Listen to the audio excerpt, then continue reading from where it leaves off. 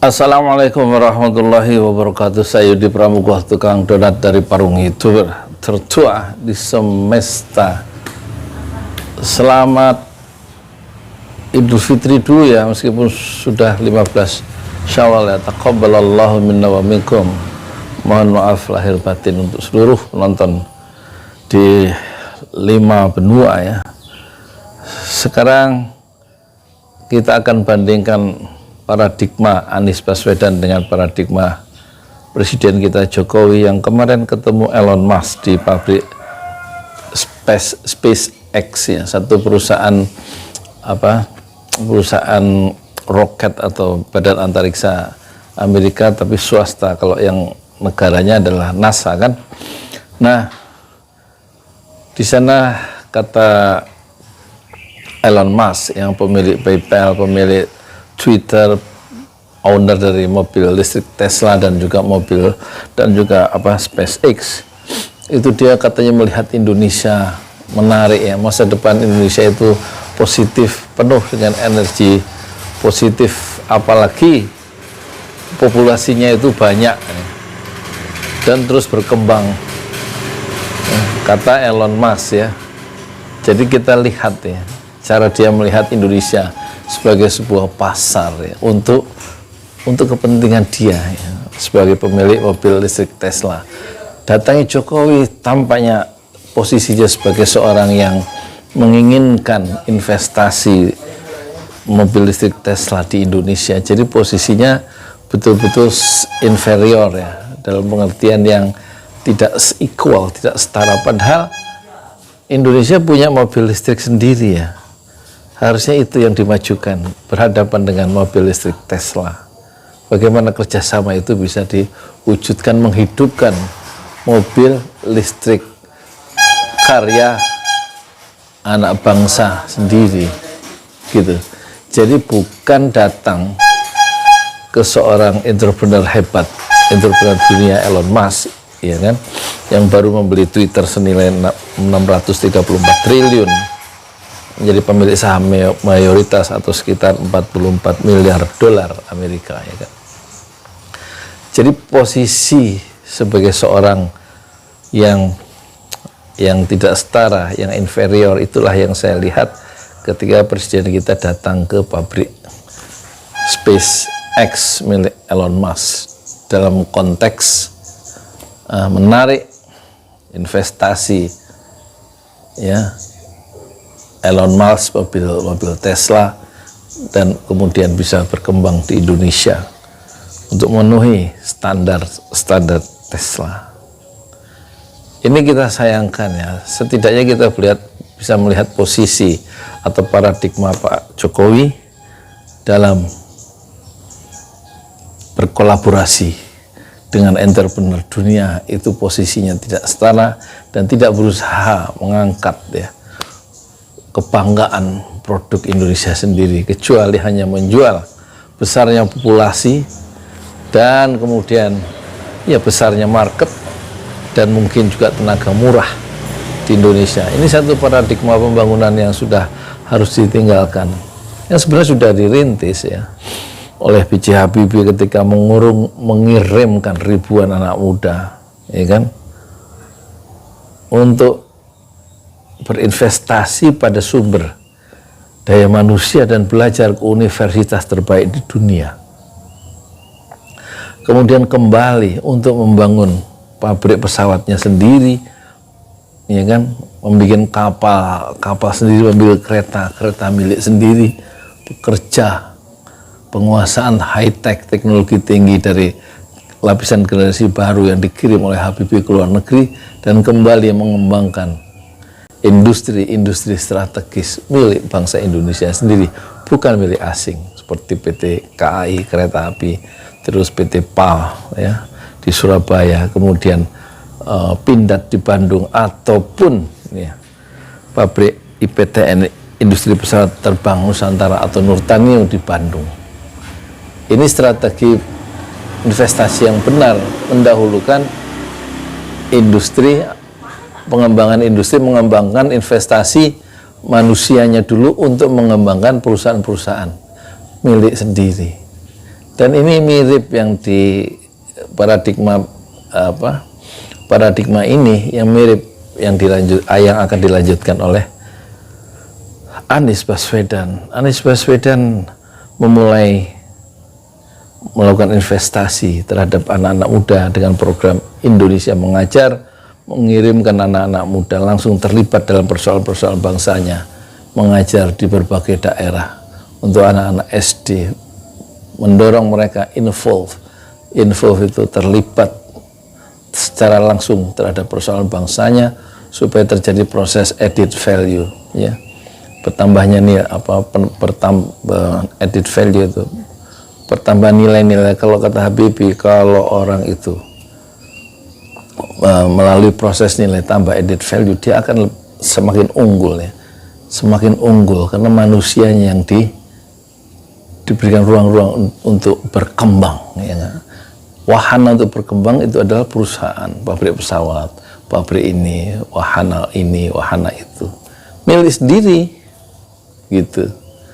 Jadi proses investasi atau proses added value ke luar negeri itu hanyalah awal untuk mengembangkan proses added value, nilai tambah di negerinya sendiri untuk membangun bangsanya sendiri. Itulah yang dimulai oleh Anies Baswedan dengan mengirimkan sejumlah anak muda ke seluruh provinsi di Indonesia untuk membantu atau mengembangkan sumber daya.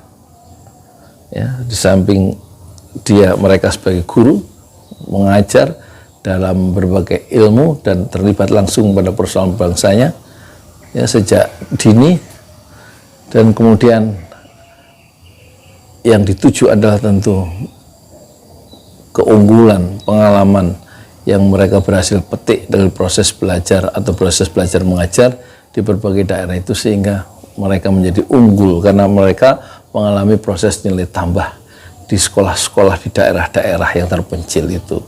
Itulah kira-kira benang merah untuk memahami Anies Baswedan, untuk memahami munculnya stadium Jakarta International Stadium yang dia banggakan karena dikerjakan oleh orang-orang Indonesia sendiri, dikerjakan oleh insinyur-insinyur Indonesia sendiri tanpa bantuan asing, dan lahirlah karya besar, ya, yaitu Stadium Bertaraf International Stadium, Jakarta International Stadium.